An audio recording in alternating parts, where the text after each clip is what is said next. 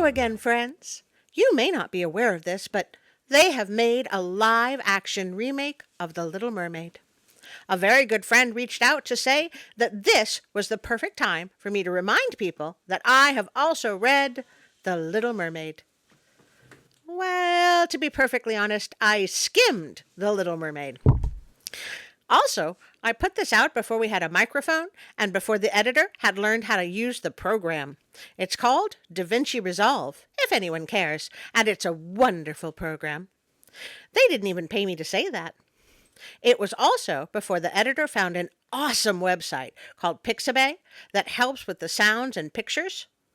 They also didn't pay me because they are donation-based, and it is just the best website.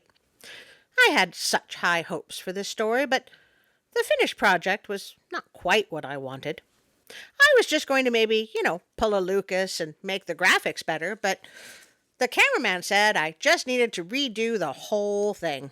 So here it is, the new and improved Little Mermaid by Artie. And, well, technically by Hans Christian Andersen. I'm so very excited. Again. So let us begin. Far out in the sea, the water is as blue as the petals of the most beautiful cornflower, and as clear as the purest glass. But it is very deep, deeper than any cable will sound. Many steeples must be placed one above the other to reach from the ground to the surface of the water. And down there live the sea people. Now you must not believe there is nothing down there but naked sand. No, the strangest trees and plants grow there, so pliable in their stalks and leaves that, at the least motion of the water, they move just as if they had life. All the fishes, great and small, glide among the twigs, just as here the birds do in the trees. In the deepest spot of all lives the Sea King's castle. The walls are of coral, and the tall Gothic windows of the clearest amber. Shells form the roof, and they open and shut according as the water flows. It looks lovely, for in each shell lie gleaming pearls, a single one of which would have great value in a queen's diadem. He paints such a lovely, long, detailed picture. He was paid by the word, So, let's skip ahead, shall we?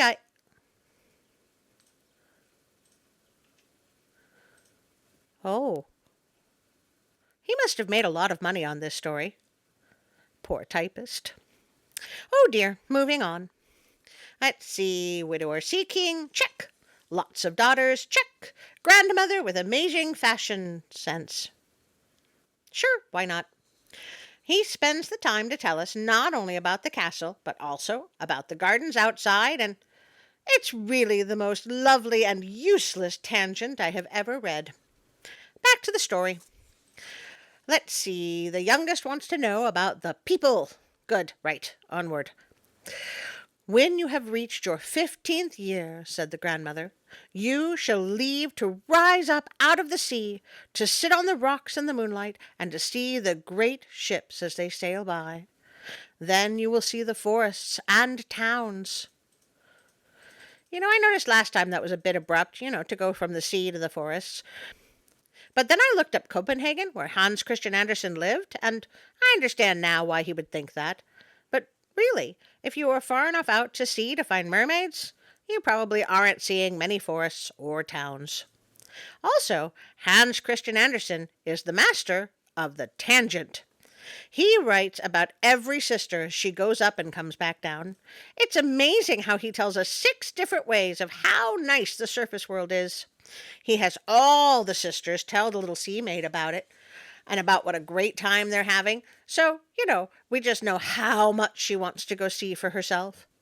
This is like a page and a half of writing.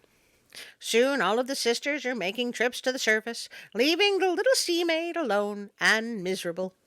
Only mermaids apparently have no tears, and for this reason she suffers more acutely. His words, not mine. Back to the story.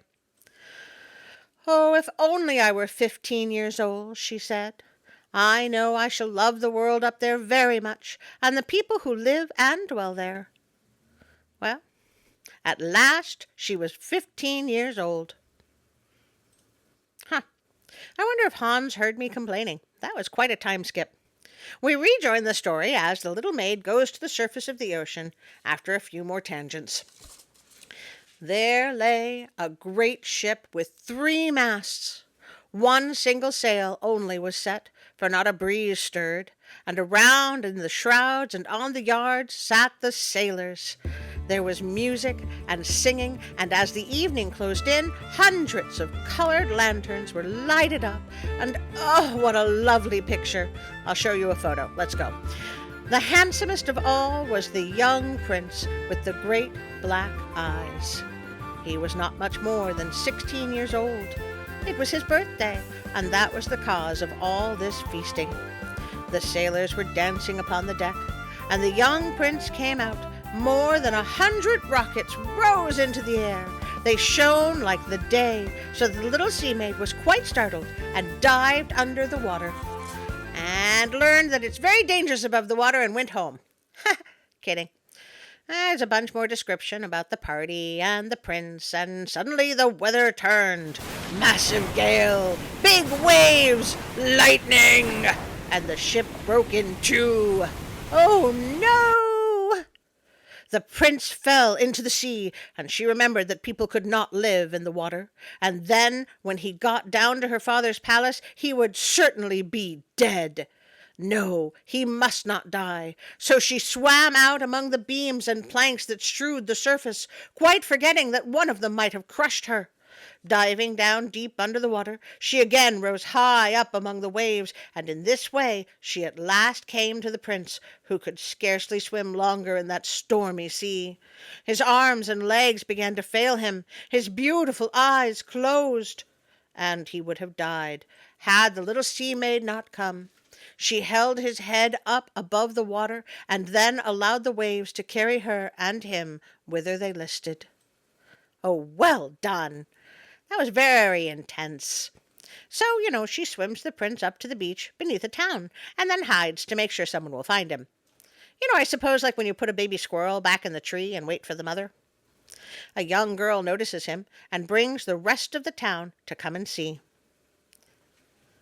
Not sure why it takes the whole town to save one guy, but However, the prince never actually saw the little sea maid who saved his life. Bummer. So she goes back to the sea palace, but she's really sad. And, that's a lot of she's, so I'm really beginning to feel like we should give her a name. Oh, how about Tiffany? So Tiffany is moping about, and after a while, the sisters bug her enough that the truth comes out. At last she could endure it no longer, and told all to one of her sisters, and then the others heard of it too. But nobody knew beyond these, and a few other sea maids who told the secret to their intimate friends. Right, so everybody knows now. But this turns out to be a good thing, because somebody actually knew who the prince was, and they showed Tiffany where he lived. This is the part where Tiffany totally stalks him for about a page and a half. She just sits on a rock under his window and watches him like a really unhealthy amount. If he had a phone, she'd have called him and then hung up when he answered. So she goes to her grandmother and starts asking questions, and we're back to the plot. If people are not drowned, asked the little sea maid, can they live forever? Do they not die as we die down here in the sea? Yes, replied the old lady, they too must die, and their life is even shorter than ours.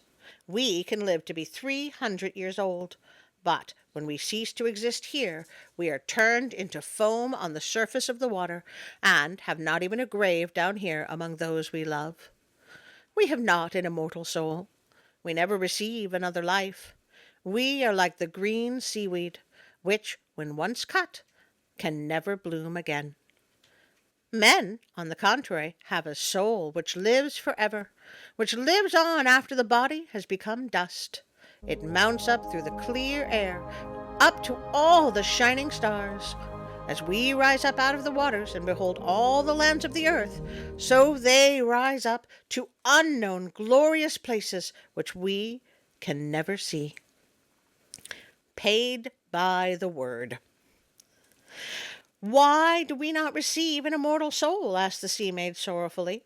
I would gladly give all the hundreds of years I have to live to be a human being only for one day, and have the hope of partaking in the heavenly kingdom. Have I mentioned that Hans Christian Andersen was Christian? He was very Christian. I only say this because this will come up again in the narrative, and I don't want anybody to be surprised. So Grandma tells Tiffany that if a man loves you enough to pledge himself to you in front of a priest, you get half of his soul. But that won't happen because Tiffany is a fish. Well, I can't argue with that part.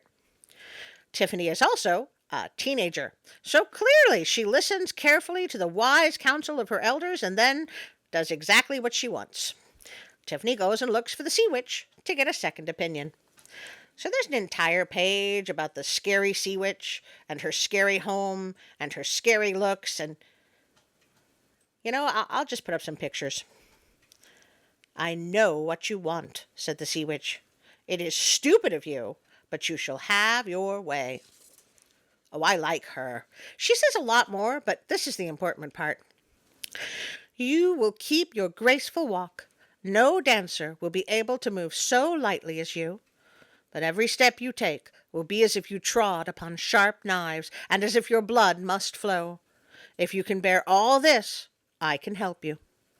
And remember, when you have once received a human form, you can never be a sea maid again. You can never return through the water to your sisters or to your father's palace. And if you do not win the prince's love, so that he forgets his father and mother for your sake, is attached to you heart and soul, and tells the priest to join your hands, you will not receive an immortal soul. On the first morning after he has married another, your heart will break, and you will become foam on the water. That's right. No 3-day rule, no true love's kiss, nothing. Just, I can do this for you. It will suck, and you can't take it back.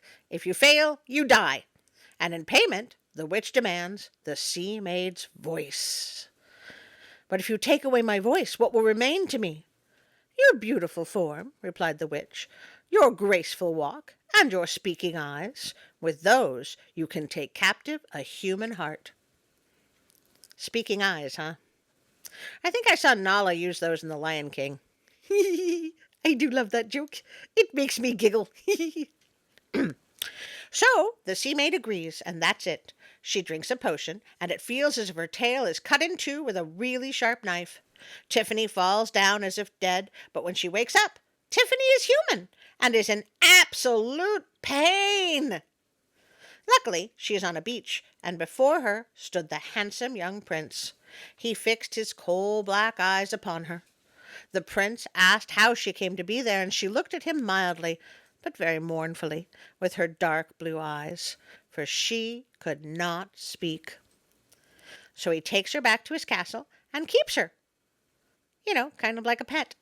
He gives her nice clothes and a pillow so she can sit next to him, and he kisses her head a lot, but yeah, it's 2 pages of him being like, nice kid. Too bad she can't talk. And with her looking at him with big, love-me eyes. But apparently, he's got a political marriage arranged for him, and he is sent to a neighboring kingdom. He brings the little sea maid with him, because I guess he needs a spare girl, in case he doesn't like his new bride. However, it turns out that his bride is the girl who found him on the beach. It took over 3 pages to get to this part. He's all happy because he thinks this is the woman who saved his life. She's happy because she actually likes her groom, and the little sea maid is thinking, well, isn't this nice? Isn't it ironic? Don't you think? A little too ironic. And yeah, I really do think. It's like, oh, sorry. And to make matters worse, Tiffany still loves the prince, and his bride turns out to be a really good person, too. And his bride loves Tiffany as much as the prince does. Kind of a salt and an open wound thing. So, Tiffany is heartbroken. But the prince is like, "So my bride and I have noticed you're upset, and we talked it over. We realized you probably think once we're married we'll send you away, but that's not at all what the plans is. We are going to adopt you so that we can all be together forever and ever and ever. Isn't that wonderful?" The prince and his new bride get married in a church. Another 4 paragraphs. And then board the honeymoon ship for like 2 paragraphs, and bring the little sea maid along to share in their joy because both the prince and his new bride love her so much that they can't bear to be parted with her. I'm sure she's thrilled. That night, after everyone has gone to bed, the sea maid looks down at the water and sees her sisters. They were pale, like herself. Their long, beautiful hair no longer waved in the wind. It had been cut off. "We have given it to the witch that we might bring you help, so that you may not die tonight. She has given us a knife. Here it is, look, how sharp! Before the sun rises you must thrust it into the heart of the prince, and when the warm blood falls upon your feet they will grow together again into a fishtail, and you will become a sea maid again, and come back to us, and live your 300 years before you become dead salt sea foam." But how is she supposed to get off the boat when she no longer has feet? Did any of you think that through? "Make haste! He or you must die before the sun rises. Our old grandmother mourns so that her white hair has fallen off, as ours did under the witch's scissors. Kill the prince and come back. Make haste! Do you see that red streak in the sky? In a few minutes the sun will rise, and you must die." People read this to children? On purpose? Tiffany drew back the curtain from the tent and saw the beautiful bride lying there with her head on the prince's breast. And she bent down and kissed his brow and gazed up at the sky where the morning red was gleaming brighter and brighter. Then she looked at the sharp knife and again fixed her eyes upon the prince, who in his sleep murmured his bride's name. She only was in his thoughts, and the knife trembled in Tiffany's hand. But then she flung it far away into the waves. They gleamed red where it fell, and it seemed as if drops of blood spurted up out of the water. Once more she looked with half-extinguished eyes upon the prince. Then she threw herself from the ship into the sea and felt her frame dissolving into foam. I think someone is cutting onions around here. Now the sun rose up out of the sea. The rays fell mild and warm upon the cold sea foam, and the little sea maid felt nothing of death. She saw the bright sun, and over her head sailed hundreds of glorious ethereal beings. What is going on here? All right, so she finds someone to ask and is told that she is going to be part of the Daughters of the Air. A sea maid has no immortal soul, and she can never gain one except if she wins the love of a mortal. The Daughters of the Air have likewise no immortal soul, but they can make themselves one through good deeds. Where is this going? So, these beings bring nice breezes and things to the humans, and after 300 years of being good, they get into heaven. Oh, well, that's nice. I mean, I guess that's a good way to end the story because, there's a lot more writing here. For every day on which we find a good child that brings joy to its parents and deserves their love, our time of probation is shortened. When we smile with joy at the child's conduct, a year is counted off from the 300. But when we see a naughty or wicked child, we shed tears of grief, and for every tear a day is added to our time of trial. And that's it. Moral of the story. Be nice, little children, or the sea maid will never get into heaven, and it will be all your fault. Ah, Hans Christian Andersen, why do people still like your stories? We come to the end of our new and improved Little Mermaid. I do hope you enjoyed it. Please remember to like, share, and subscribe. There's also the notification bell, so you can know when I make my stories available. usually on Sunday. If you would like to support me on Patreon, Instagram, or Facebook, there are links below. My tiny channel seems to be growing, and I cannot thank you enough. And now for a very special thank you to my Patreon supporters. I am here to thank you, my wonderful and amazing Patreon supporters. We now have 8, well, sort of 10, but 3 of you are together. But it doesn't matter, because I love you all.